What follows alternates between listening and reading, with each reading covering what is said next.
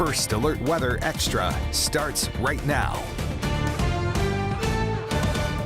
All right, we are working on this forecast for the weekend. Meteorologist Nia Michelle joining us again. You know we mean business, Nia, when I'm holding two clickers, okay? I know. We've been using every system, every graphic, every Right. headline to really break this down for the viewers. Yeah, we're going to get this thing figured out, and the good news is, I guess, as we get closer, you get more high-resolution data, and that helps to define the picture. The one trend today, and it's in the right direction, a lot of the models regarding the weekend shifted further north, and we're going to be talking about that. What you're seeing right now, this is not ice, this is not frozen precipitation. Current temperatures well above freezing. We just have a lot of rain right now, and first off, right out the gate, be ready for some wet weather tonight. A lot of rain. You can see we are covered up, and those rain showers are going to continue through tonight and throughout early tomorrow morning. We walk through the forecast data, and it is a rainy Wednesday night into Thursday morning. Temperatures, thankfully, no surprises. We stay well above the critical freezing point. There's 4 o'clock in the morning, and still out the door 6, 7, 8 o'clock. You headed out to work tomorrow morning.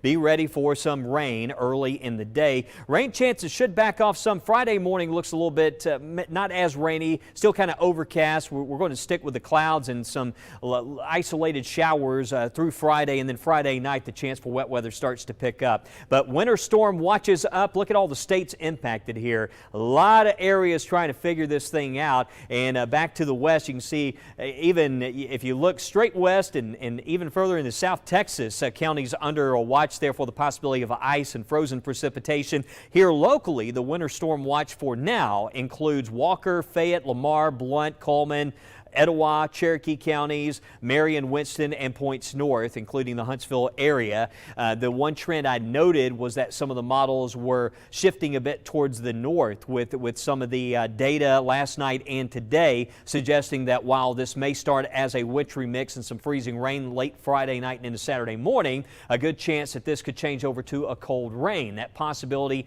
has certainly been out there for the past several model runs, but freezing rain, and when you're talking about the freezing line, shallow, dense, cold air, the models do not handle that well, and we're still concerned that some of that freezing rain could hold up in areas to the northwest through Saturday night and areas to the northeast. So we've got to watch for that possibility. So Saturday's picture, while it may be becoming a bit more clear, how about the rest of the weekend? Sunday, could we see this all come back again and impact even more areas? So let me just show you, first off, we got this map showing where we have greatest potential there for Saturday, and those impacts to the northwest and northeast, mostly cold rain further south you go. We flip over and check out some of the global data coming in.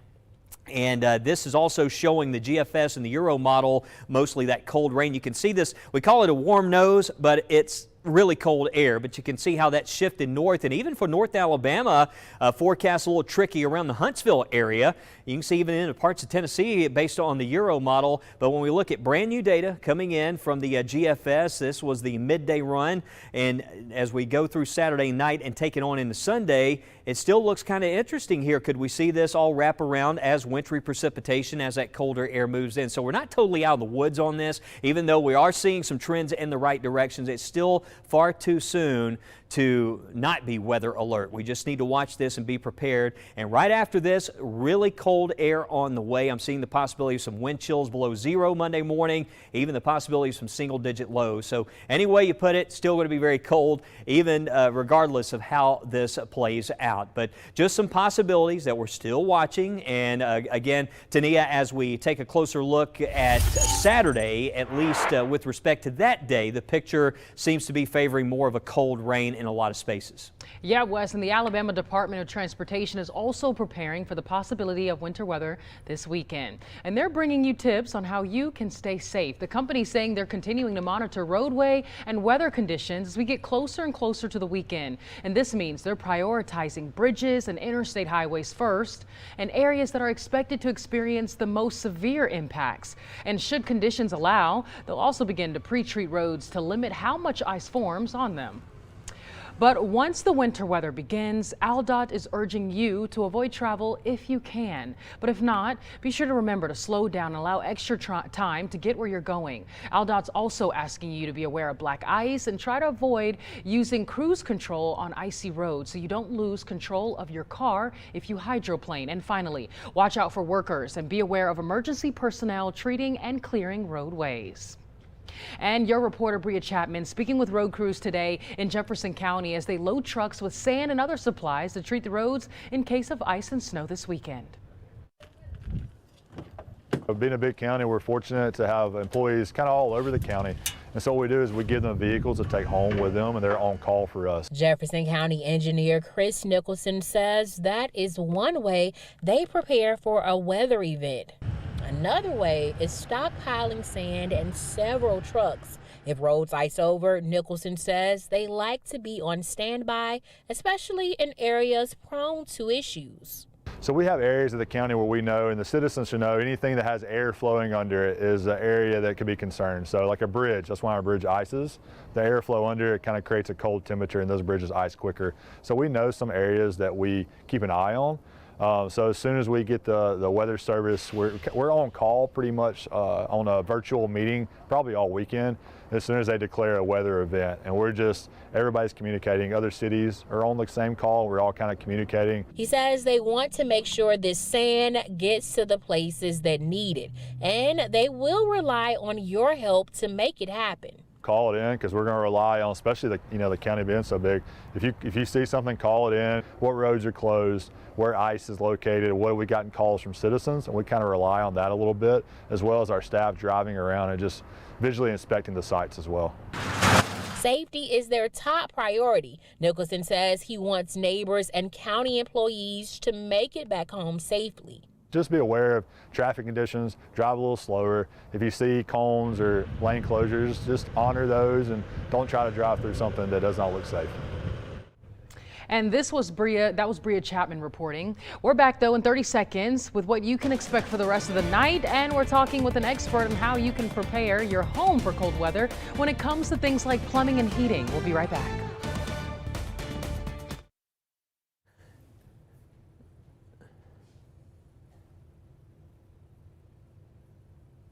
Do you have prompter for me?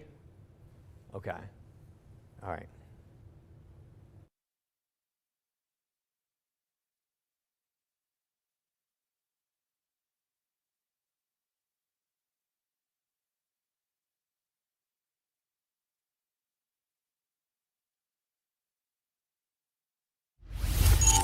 Welcome back in, everyone, to First Alert Weather Extra. Let's walk through what we're tracking right now. We have rain almost covering up the entire area of central Alabama. There are a few spots in far east Alabama that aren't getting hit, and even in Jefferson and in the eastern portions of Tuscaloosa County. The good news is that temperatures right now are well above freezing, so this is just rain. 50 degrees in Walker County, 49 in Tuscaloosa, 48 in Hamilton.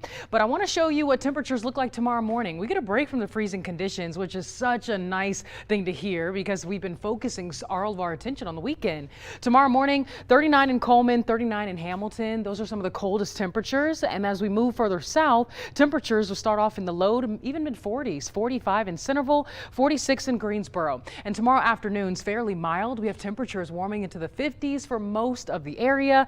53 in Walker County, 56 in Bibb, 53 in St. Clair County. Now the weekend looks completely different, a lot colder and even colder early next week. We'll walk you through that a little bit more coming up later on First Alert Weather Extra. Wes?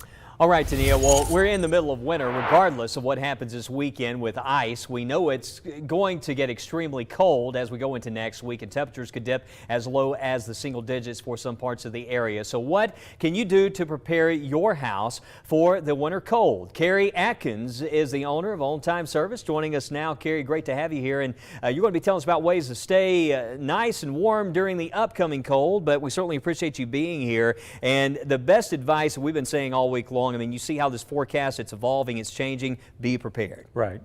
And that's the key. So one of the concerns yesterday, we were talking with Alabama Power about power outages. And in the event we encounter those situations, if we do indeed start to see that significant ice accumulation, some outages for this weekend, what are some measures we need to think about ahead of time? So if you are going to use a portable generator and when the power goes out, don't run it while it's inside your garage or close to a door or close to a window or anything like that. Don't try to wire it directly into your electrical system, because there needs to be a transfer switch between that power and the utility power should it come back on. You also run the risk of electrocuting power company workers because you're just putting power back out on the lines that they assume are dead. So don't try to wire it into your panel. Just plug extension cords directly into the generator and keep it well away from doors, windows, or the inside of your home. So what kind of, you said, plug the extension cords into a generator. What do we need to be careful with adapters, right, and things like that, overloading?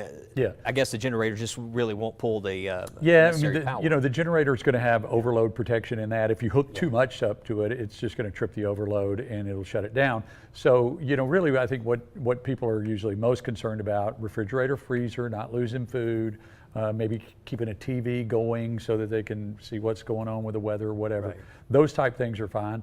It's when you try to get into running the bigger appliances on a portable generator that you're going to have problems. Is there a concern if you do have some electronics, maybe it's equipment related to health? I mean, important equipment. Is there a concern for the generator maybe overpowering that, and maybe causing some issues there? Yeah. So depending on the generator, some of them don't produce like really clean power, so consistent voltage. And so the voltage is kind of doing this. And so if you have something that's very sensitive to spikes or sags in voltage, it could cause some problems there. So you want to be aware of that. It will also, if you're loading it up pretty heavy, it's going to drag the voltage down. So if you've got something that's sensitive to consistent voltage, try not to run anything else while you're running that.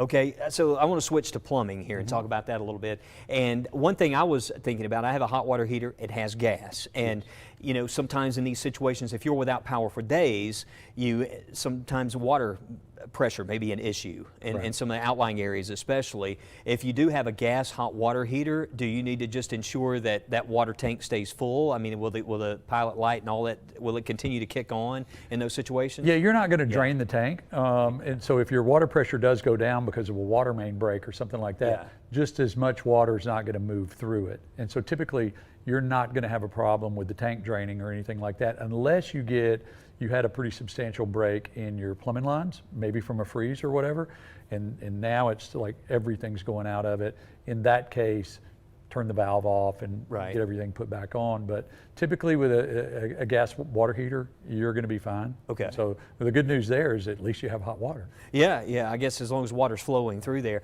So what about I know we talk about cover the faucets, protect pipes. I mean, what are some things we may not think about with respect to preparing your house for even the dangerous cold that's coming up next week? I think with plumbing, one of the big things that you really need to know is where is the main cutoff. And so a lot of people don't think about that until you got water like spraying everywhere, and that's not the time to go find it. So know where the main cutoff is. It usually is in the front yard somewhere. It's usually somewhere close to the road, 10 or 15 feet from the road. It's in the ground, and you can raise the lid. There's a main cutoff in there. You'll need a special tool. It's called a water meter key. But you can get those at home centers. They're about $20. They're not super expensive. And so if you have those and you have a major break in your plumbing, at least you can get it shut off quickly so it doesn't flood out your whole house. And interestingly, it seems like hot water lines also freeze too, sometimes sooner than the cold water lines, just depending on where they are on the house. Listen, thank you so much for being here with us today, Kerry. Always great to have you here on Weather Extra, and hoping for the best this weekend. But it's always good, some great tips there as we continue to navigate this winter season, which certainly has trended a lot colder here lately. We'll be seeing you back with the forecast here, though. A lot more to come right here on Weather Extra. Explore the wonders of weather with Weather in the Classroom. Scan the QR code now to help your kids soar to new heights with Soar with 6.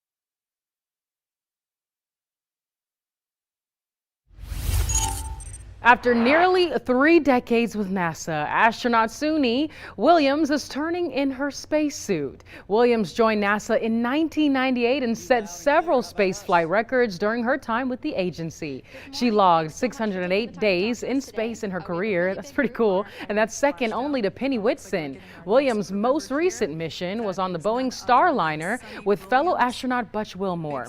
The two were supposed to spend roughly a week at the ISS, but it ended up being a stay of nearly 10 months due to technical issues with the Starliner vehicle. Williams and Wilmore are now both retired from NASA. All right, live look at the radar, and it's interesting right now. Meteorologist Matt Daniels just sending out an update that the hurricane hunters are currently in flight over the Pacific and gathering data for this next system over the weekend to help the forecast models. That's why, you see these models, they shift all over the place. It's all about the system once it gets over land, and then we're able to gather some upper air wind data of where this is all located. It really helps to improve the forecast. But really, with it being out over the Pacific, it's sort of a guessing game, and it's all about the initialization, the first runs of that model that kind of play out how things evolve down the road. So you want to get the best initial picture, and then that model can handle things better. So that's what's happening right now, which is very interesting. But let's talk about tonight. Next 24 hours, we've got some rain moving in right now, and a lot of it. I mean, we are covered up out there. A rainy night. Looks like it is really coming down there north of Birmingham. Look at some of the radar scans of Birmingham right now around the city. A little break still around the heart of Birmingham, back into Bessemer, north to Hueytown, but you get up towards Dora and Cordova, Jasper, Walker County, we are covered up. Tuscaloosa County, good coverage of rain, especially around Lake Tuscaloosa, points north, Fayette, Guin, Berry, Winfield, and now east of Alabama, Cherokee County. We're starting to get some of that rain, and you can see it starting to move in around Gadsden. One of those areas really starting to fill in there around Rainbow City and Glencoe. So a first alert for our friends there in Etowah County, getting some rain. The good news is, even for Gadsden, areas to the east, I know it's cold, and it is just a cold rain that we are going to see here for the overnight hours and through tomorrow morning. Again, that's a look at 8:30 in the morning. Still some rain around, but notice during the day tomorrow and tomorrow afternoon, there might be a few scattered showers, still some clouds. I can't promise a lot of sunshine tomorrow, so it stays very chilly during the day, but the rain chances don't totally go away. I mean, we'll have some scattered showers in the afternoon. Yes, we'll catch some breaks, a better chance of outdoor activities than some breaks tomorrow afternoon. And then Friday, still could see a few scattered showers, no icy issues during the day, but it's Friday night when we start to see the greatest concerns. Notice Friday morning, we're still in the 40s. We have showers, but as that freezing line starts to move south late Friday night and into Saturday morning and starts to drop into northwest Alabama, we'll still be seeing some of this precip moving in, and there will be a period where we have a wintry mix that will start out across the northern areas. But both of the global models suggest that by Saturday afternoon and evening, a surge, what we call a warm nose, although it's still cold air, but it's above freezing temperatures, that's going to move in from the south. That could help switch us back over to a cold rain. That's what we're seeing, those trends in the model data. But it's interesting what happens when you go to Saturday night and into Sunday. There's still some questions there, because you look at latest run of the GFS model. Yeah, it shows Saturday afternoon that change back over to rain, but does it completely make that transition to the far north? Notice maybe northeast if some of that cold air gets trapped. Some of these areas where we've dealt with some ice before, far east Alabama, and then over the western part of the state. Does some of that colder air get trapped into the western part of Alabama? That's at least what this model, this is the GFS, what it still shows. So I'd be more comfortable with seeing this come in line with some of the other global models, and hopefully that will happen over the next 24 hours. But even Sunday, again, there's still a chance. I know some of our in-house guidance was showing this possible scenario last night, which is interesting to see again with the GFS, maybe a window on late Sunday perhaps before all the moisture gets out of here. Maybe a brief changeover to where we do have a period of some winter weather that could reach some areas further south. So that is certainly a signal that we need to pay close attention to as well on Sunday. Some models keep it all rain until it gets out of here, which would be a best case scenario. So hopefully that trend continues to play out, because we still will have some very cold air coming up as we go into Monday morning. Teens and single digits areas further north Monday into Tuesday, and And we have all the first alert weather days through next week because of the cold primarily. It's not winter weather next week, it's those colder temperatures. And Tania, just looking at Sunday, I know we've seen a trend to the north with a lot of the data over the past 24 hours, but seeing that Saturday night and Sunday, some of the models still showing some trouble there for parts of the area. It's too soon to let our guard down on this. I've seen these models go back and forth, and sometimes I've seen them back off and then come back to the possibility of wintry precipitation. So that's why we say it's Wednesday. Still some things could change here, but it is best to be prepared. Always be prepared, over prepared at that. And the thing about next week is that it's going to be very, very cold. I want to take you into how cold it could feel to you when you step outside. So Monday, feeling like the teens, but look at this. There could be some wind chill down in the single digits overnight into early Tuesday, easily feeling like 4 in Walker County and -3 in Etowah County. So we're talking about dangerous cold early next week. Here's Tuesday afternoon, maybe some improvements for the afternoon hours, but overall, no matter what, into, I'd say, beyond the 10-day forecast, we still look far below our average temperatures as we close out the month of January. This shows January the 27th through the 31st. So the cold is sticking around even through late next week. You definitely want to go ahead and prepare your home, yourself, your family, your pets, all of it as we near the weekend. We'll have more updates on First Weather Extra after this short break.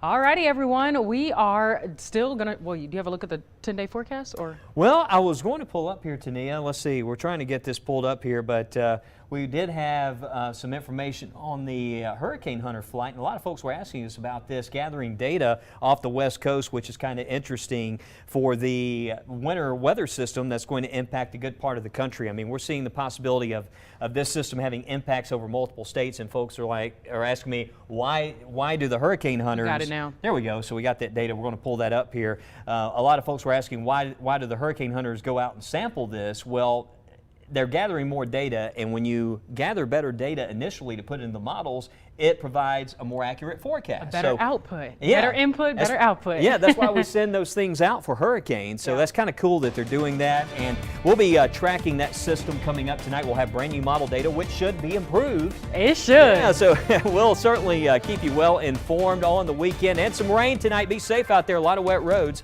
We'll keep you posted.